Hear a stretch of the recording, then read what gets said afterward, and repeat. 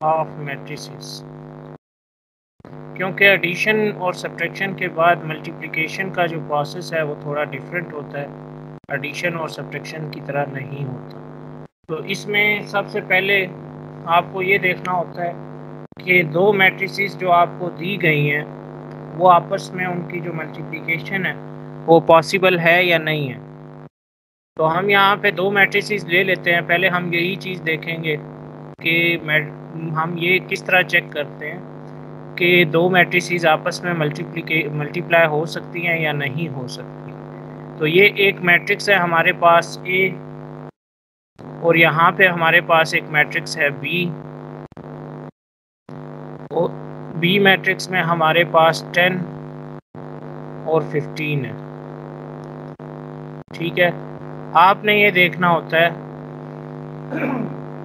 कि number of columns of first matrix के number of columns अगर आपने ए बी फाइंड करना हो तो, यानी कि अगर आपने ए को बी से मल्टीप्लाई करना है तो number of columns of first matrix, यानी कि फर्स्ट मैट्रिक्स के नंबर ऑफ कॉलम्स इक्वल होने चाहिए सेकंड मैट्रिक्स के नंबर ऑफ रोज के, सेकंड मैट्रिक्स की नंबर ऑफ रोज के।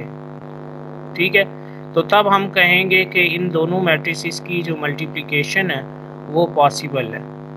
ठीक है, अगर इसमें आप देखेंगे तो इसमें हमारे पास कितने कॉलम हैं, तो एक कॉलम ये है हमारे पास 2, और सेकंड कॉलम जो है वो हमारे पास 5 है, तो नंबर ऑफ कॉलम्स इसमें 2 हैं। जबकि जो दूसरी मैट्रिक्स है उसमें आप नंबर ऑफ रोज देखेंगे तो इसमें जो हमारे पास रोज हैं वो कितनी हैं, वो भी 2 हैं। तो number of columns first matrix के number of rows second matrix के इक्वल हैं। तो इसका मतलब ये हुआ कि हम ए और बी को आपस में मल्टीप्लाई कर सकते हैं। तो इनकी मल्टीप्लिकेशन किस तरीके से होगी ये देख लें ज़रा आप।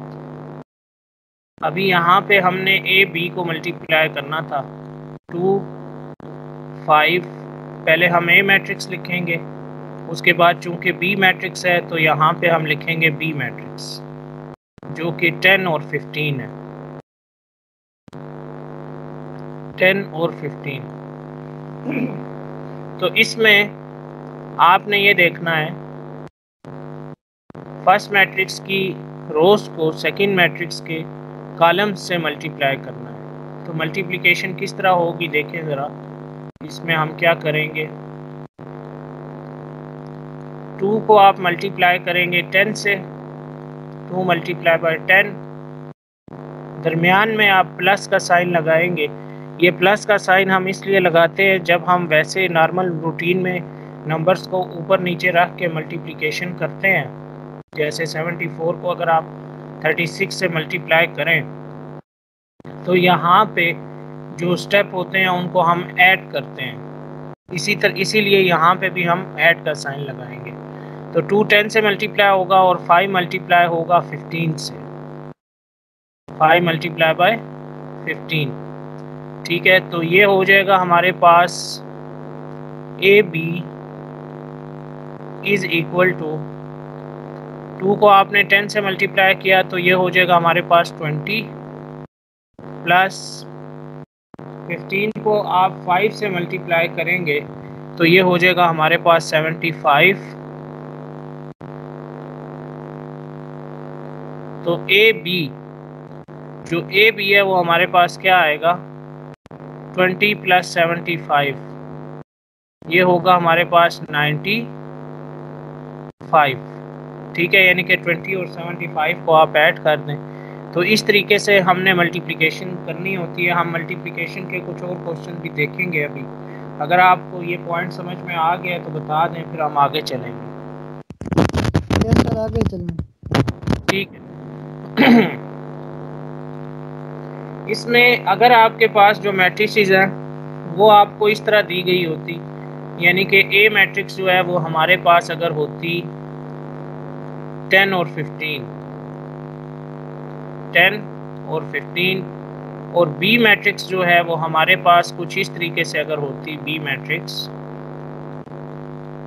2 और 5, 2 और 5, और हमने ए बी फाइंड करना होता, यानी कि ए को बी से मल्टीप्लाई करना होता, तो हम ये देखेंगे कि फर्स्ट मैट्रिक्स के नंबर ऑफ कॉलम्स, इसमें नंबर ऑफ कॉलम्स कितने हैं, इसमें एक ही कॉलम है, ठीक है, इसमें एक कॉलम है। और इसमें सेकंड मैट्रिक्स की नंबर ऑफ रोज, तो इसमें कितनी रोज हैं, अगर आप गौर से देखेंगे तो इसमें कितनी रोज हैं, इसमें एक कॉलम है और इसमें एक रो है।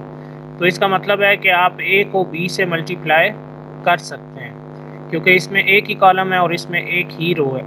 मैं कुछ ऐसा लेना चाह रहा हूँ जिसमें ये थोड़ा डिफरेंट हो। एक मिनट, हम कोई और मैट्रिक्स ले लेते हैं। फॉर एग्जांपल हमारे पास मैट्रिक्स है 1 2, और बी में हमारे पास एक मैट्रिक्स है जिसमें कुछ इस तरह एलिमेंट्स हैं हमारे पास 5 7 9 और 6।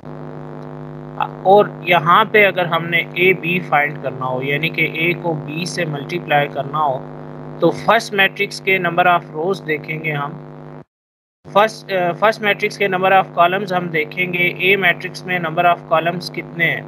तो अगर आप गौर से देखें तो इस मैट्रिक्स में एक ही कॉलम है, ठीक है। तो जबकि बी मैट्रिक्स में आपने नंबर ऑफ रोज देखनी होगी कि सेकंड मैट्रिक्स में आपके पास नंबर ऑफ रोज कितनी है। तो इसमें जो नंबर ऑफ रोज हैं वो हमारे पास हैं 2, ठीक है।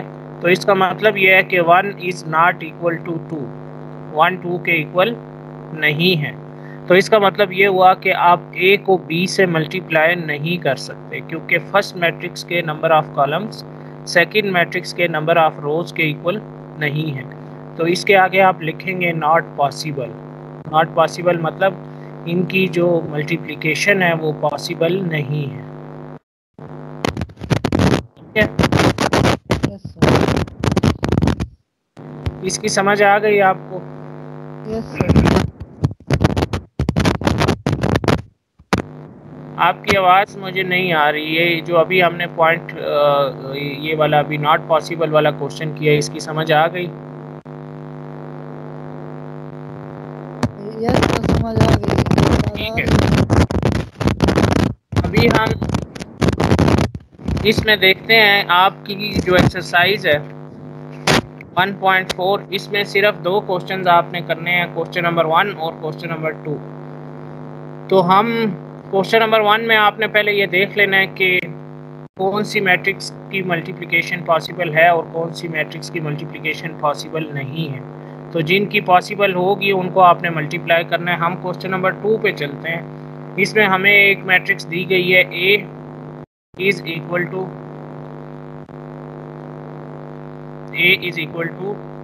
2 1 3 7, यानी कि यहाँ पे 2 है, यहाँ पे 1 है, फिर 3 है और फिर 7 है। और बी मैट्रिक्स जो हमें दी गई है वो कुछ इस तरीके से है, -3 2 -3 2 4 और -1। ये बी मैट्रिक्स है, ठीक है। तो हमने क्या करना है, ए को बी से मल्टीप्लाई करना है, ए को बी से मल्टीप्लाई करना है। तो इसको हम किस तरीके से करेंगे देखें ज़रा। यहाँ पे 2 1 3 और 7, यहाँ पे हमने ए मैट्रिक्स लिख ली और इसके साथ हम लिखेंगे बी मैट्रिक्स, जो कि कुछ इस तरीके से है, -3 2 4 और -1, ठीक है। तो इसमें हमने मल्टीप्लिकेशन करनी है। मल्टीप्लिकेशन के लिए अगेन वही मेथड होगा, आपने यहाँ से रो लेनी है फर्स्ट मैट्रिक्स से और सेकंड मैट्रिक्स से आपने कॉलम लेना है। तो 2 को जब हम 3 से मल्टीप्लाई करेंगे तो ये होगा हमारे पास -6। 1 को जब हम 4 से मल्टीप्लाई करेंगे तो ये होगा हमारे पास +4। इसी तरह 2 को 2 से मल्टीप्लाई करने से 4 होगा और 1 को 1 से मल्टीप्लाई करने से हमारे पास -1 होगा। 2 2 ज़ा 4 और 1 1 ज़ा -1। फिर 3 को जब हम 3 से मल्टीप्लाई करेंगे तो ये होगा हमारे पास -9 और 7 को जब हम 4 से मल्टीप्लाई करेंगे तो ये हो जाएगा हमारे पास 28, ठीक है। फिर इसी तरह 3 को 2 से मल्टीप्लाई करेंगे तो 6 होगा, 7 को 1 से मल्टीप्लाई करेंगे तो -7 होगा। तो ये होगा हमारे पास 4 - 6, 4 - 6 -2 हो जाएगा, और 28 - 9, 28 - 9 जो है वो हमारे पास 19 होगा,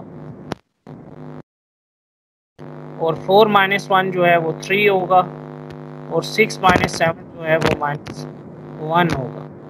तो हमने क्या किया, 2 को 3 से किया 6, 1 को 4 से किया, यानी कि जब एक कॉलम से कर लिया फिर उसी रो को यानी कि फर्स्ट रो को सेकंड कॉलम से करेंगे। 2 2 ज़ा 4, 1 1 ज़ा -1। 3 को 3 से करेंगे तो ये -9, 7 को 4 से करेंगे तो 28, 3 को 2 से करेंगे तो 6, 7 को 1 से करेंगे तो 7। तो 4 - 6 जो है वो -2 होगा, 4 - 1 3, 28 - 9 19, और 6 - 7 जो है वो -1 होगा। तो ये आंसर होगा इसका। इस तरीके से आपने क्वेश्चंस करने हैं। अब हम एक स्क्वायर वाला क्वेश्चन देख लेते हैं। इसी में अगर आपने उसी मैट्रिक्स को उसी मैट्रिक्स से मल्टीप्लाई करना होगा, जैसे यहाँ पे हमारे पास है b², तो इसका मतलब ये है कि आपने b को b से मल्टीप्लाई करना है, b को b से, यानी कि b मैट्रिक्स को आप मल्टीप्लाई करेंगे b मैट्रिक्स से, तो आपके पास जो आंसर में आएगा उसे हम कहेंगे b²। ठीक है, अब हम ले लेते हैं यहाँ पे हमारे पास जो एलिमेंट्स हैं b में वो है -3, उसके बाद हमारे पास है 2 और 4 -1, फिर उसके बाद b में अगेन यहाँ पे -3 है हमारे पास, और यहाँ पे हमारे पास है 2, फिर 4 और फिर -1। तो इन दोनों को हमने आपस में मल्टीप्लाई करना है। तो किस तरीके से मल्टीप्लाई करेंगे देखें ज़रा। 3 को 3 से मल्टीप्लाई करेंगे तो ये हो जाएगा 9, माइनस इंटू माइनस प्लस। 2 को 4 से मल्टीप्लाई करें तो ये हो जाएगा हमारे पास 8, 2 4 ज़ा 8 होता है। फिर 3 को 2 से मल्टीप्लाई करें तो ये होगा हमारे पास -6, और 2 को 1 से मल्टीप्लाई करें तो ये होगा हमारे पास -2, 2 1 ज़ा -2। फिर 4 को 3 से मल्टीप्लाई करेंगे तो ये होगा हमारे पास -12, और 1 को जब हम 4 से मल्टीप्लाई करेंगे तो ये होगा हमारे पास -4। फिर 4 2 ज़ा 8, यानी कि आप सेकंड रो को सेकंड कॉलम से करेंगे, 1 को 1 से करेंगे तो ये हो जाएगा +1, माइनस इंटू माइनस प्लस, 1 1 ज़ा 1। तो अभी ये हमारे पास जो इसका आंसर आएगा वो कुछ इस तरीके से आएगा। 9 को हम 8 में ऐड करेंगे तो ये हो जाएगा 17, -12 -4 ये हो जाएगा हमारे पास -16, क्योंकि दोनों नंबर्स के साथ माइनस है तो प्लस करेंगे, लेकिन साइन माइनस का लगाएंगे। जैसे ये 6 और 2 है, दोनों के साथ माइनस है, हमने प्लस किया है लेकिन साइन माइनस का लगेगा। 8 + 1, तो 8 + 1 जो है वो 9 होगा। तो ये हमारा आंसर होगा। इस तरीके से आपने इस क्वेश्चन को जो है वो सॉल्व करना है। तो ये आपको क्लियर हो गया, इसमें कोई मसला तो नहीं है आपको? यस सर, ये क्लियर। ठीक है, आपका जो आज का टास्क है एक्सरसाइज नंबर 1.4 जो है वो हमारी कंप्लीट हो गई है, क्योंकि इसमें सिर्फ 2 ही क्वेश्चंस हैं जो आपने करने हैं। एक क्वेश्चन नंबर 1 है, क्वेश्चन नंबर 1 के पार्ट्स जो रिमेनिंग है जो हमने नहीं किए, और क्वेश्चन नंबर 2 के वो पार्ट्स जो हमने नहीं किए, ये पार्ट्स आपने घर में करने हैं खुद से, और मुझे आपने सेंड करने हैं जहाँ पे आप क्लास का पूछते हैं कि क्लास आज होगी या नहीं होगी टीम्स पे, वहाँ पे आपने मुझे इनबॉक्स में ये सॉल्व करके ये सेंड करने हैं। मैं चेक कर लूँगा कल, फिर इंशाल्लाह जब हमारा नेक्स्ट लेक्चर होगा तो हम